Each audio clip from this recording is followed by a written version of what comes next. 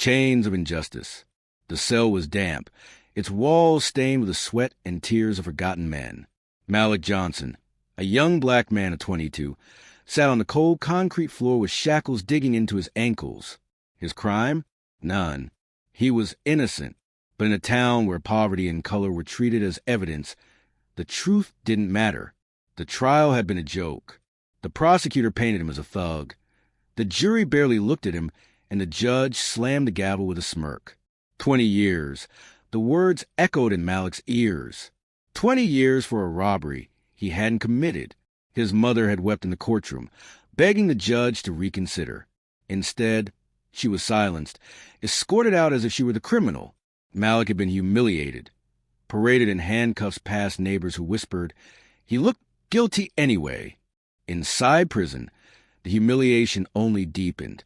Guards barked orders at him like he was less than human. Other inmates mocked him for clinging to hope. "Forget freedom," one sneered. "The system's already buried you." But Malik refused to be broken.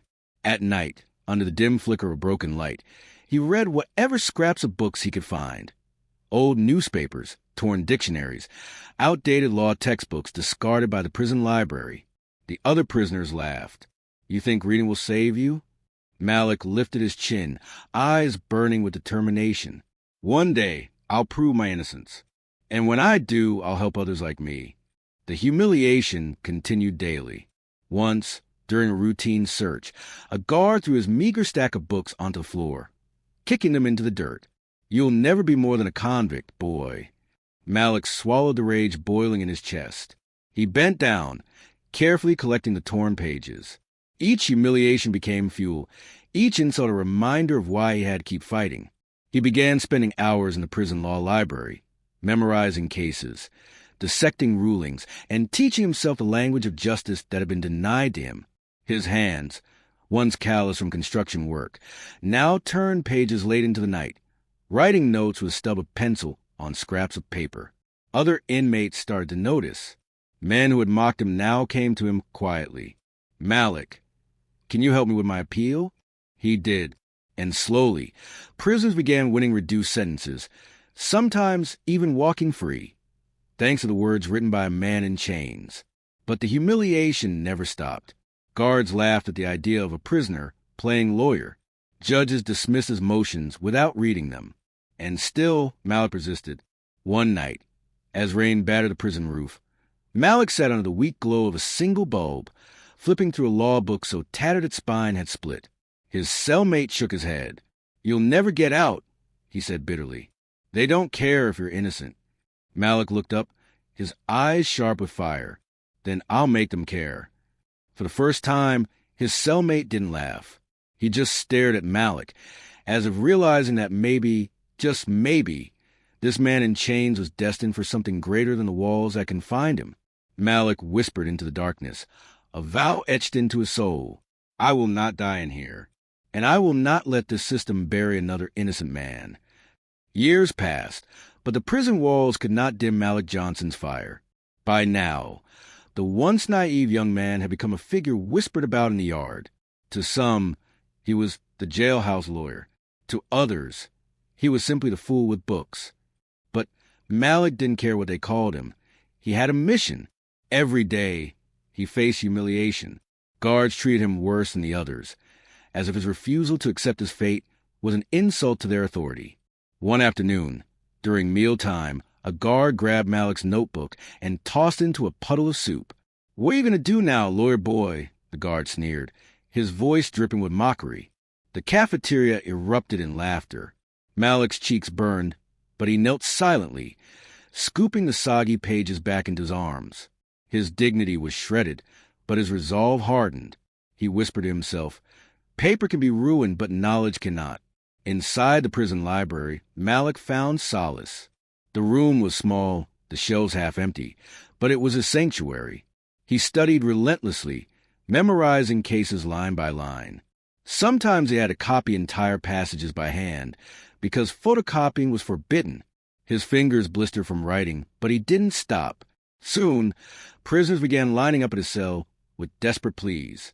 My public defender didn't even talk to me. "Can you help?" They said I confessed, but I didn't. Please, Malik. He listened to each story, each cry for justice, and wrote motions on scraps of paper, using words as his only weapon. One man, Raymond, had been sentenced to life for a crime committed miles away from where he'd been. Malik poured weeks into his case, combing through legal precedents. Finally, Raymond's appeal went through. Months later, he walked out of prison a free man, tears streaming down his face as he hugged Malik through the bars. Word spread like wildfire. Malik wasn't just studying for himself. He was saving others. But with recognition came more humiliation. Some inmates grew jealous, mocking him loudly. What you think you are, Harvard? You'll never be more than a convict. Even the warden called him into his office once, glaring with disdain. Stop giving these men false hope. You're wasting your time. You'll die here. Malik met his eyes. Maybe, but I won't die silent. The warden slammed his fist on the desk. You think books will save you? They'll break you. But Malik only bowed his head and walked out, the words rolling off him like water. He had no time for their hatred. At night, Malik dreamed of freedom, not just for himself, but for the countless men buried alive by a system built to break them. He dreamed of walking into a courtroom one day, not in shackles but in a suit, standing tall before a judge. The dream seemed impossible, yet each case he worked on brought it closer. Still, the price was heavy. One evening, after helping another prisoner draft an appeal, Malik returned to his cell to find his bed overturned, his books torn, his papers burned. His hands trembled as he picked up the ashes. Other prisoners looked away. Some had warned him, "You're making enemies, Malik." But he clenched his fists, tears stinging his eyes.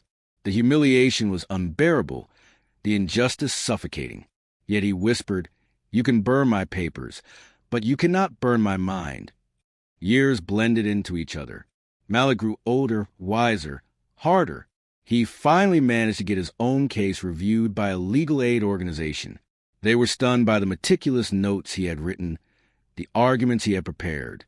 For the first time in a decade, hope flickered, but the system moved slowly. He faced rejection after rejection.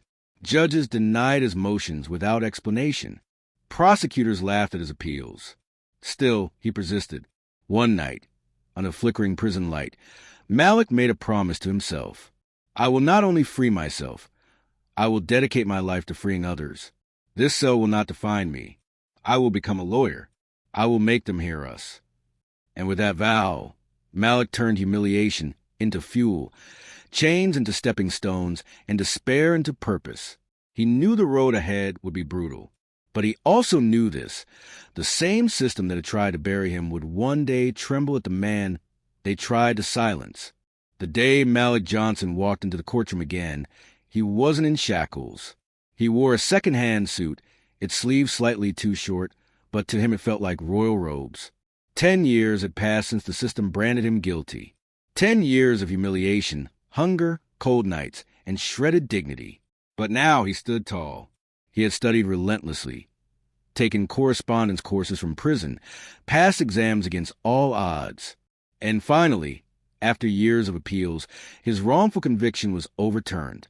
The court released him with no apology, no compensation. Just a cold statement. Case dismissed.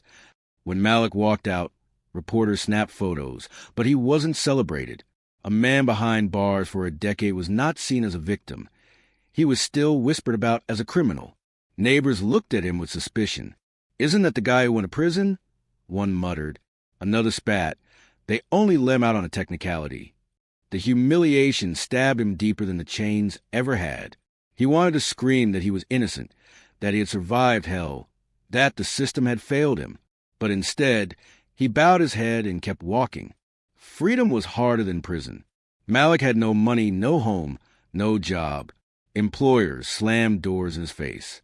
We don't hire ex-cons, they said, ignoring his overturned conviction. Some nights, he slept on a friend's couch, clutching his law books like a lifeline. Other nights, he walked the streets, stomach growling, wondering if the system had truly freed him or simply changed the size of his cage. But Malik had a vow to keep. He enrolled in law school, scrubbing floors by day and studying by night. He endured professors who sneered at him, classmates who whispered, "That's the convict." Once, during a lecture, a professor mocked him openly. "Johnson, maybe you should tell us about prison instead of law. That's your real expertise, isn't it?" The class laughed. Malik's face burned with humiliation, but he clenched his jaw and replied, "No, sir. My expertise is in justice and how to fight it." The room fell silent. Years of struggle followed. Malik studied harder than anyone, fueled by memories of cold cells and broken dreams. He passed the bar exam on his first attempt, a feat many doubted he could achieve. The day he received his license to practice law, he held it in trembling hands, tears streaming down his face. The paper was more than a certificate. It was proof that chains could be broken, humiliation could be transformed, and silence could be turned into a weapon of truth. Malik's first clients weren't wealthy businessmen or celebrities. They were men like him, poor, forgotten, innocent but buried alive by a system that had no mercy. One by one, he fought their cases. He stood in courtrooms where judges rolled their eyes and prosecutors smirked.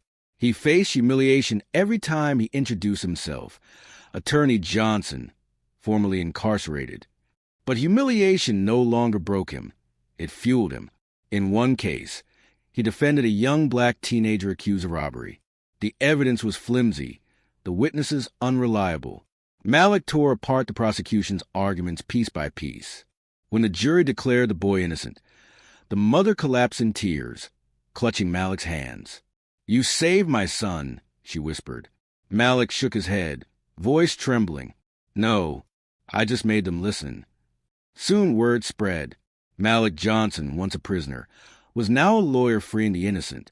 He became a symbol of defiance against a system designed to silence men like him. But he never forgot the humiliation, the whispers, the guards who mocked him, the professors who laughed, the neighbors who doubted. He carried it all like scars carved into his soul. One evening, after winning another case, Malik stood outside the courthouse. A group of young law students approached him. "Sir," one said nervously, "we've read about your story. How did you survive all that? The humiliation, the injustice." Malik paused, his eyes heavy with memories. Then he said, "They thought chains could define me. They thought humiliation could break me. But they were wrong. Every insult was fuel. Every humiliation was a lesson. I survived because I refused to forget who I was and who I could become." The students looked at him with awe. For the first time, Malik saw respect in their eyes. Not pity, not suspicion, but true respect. That night, he visited the graves of men who had died in prison, men who never got their chance. He knelt in the dirt, whispering, "I made it out, and I'll keep fighting for those who couldn't." The storm of humiliation had forged him into something stronger than chains, stronger than bars, stronger than the system itself. And Malik Johnson, the prisoner who became a lawyer, would spend the rest of his life tearing down the walls that once tried to bury him.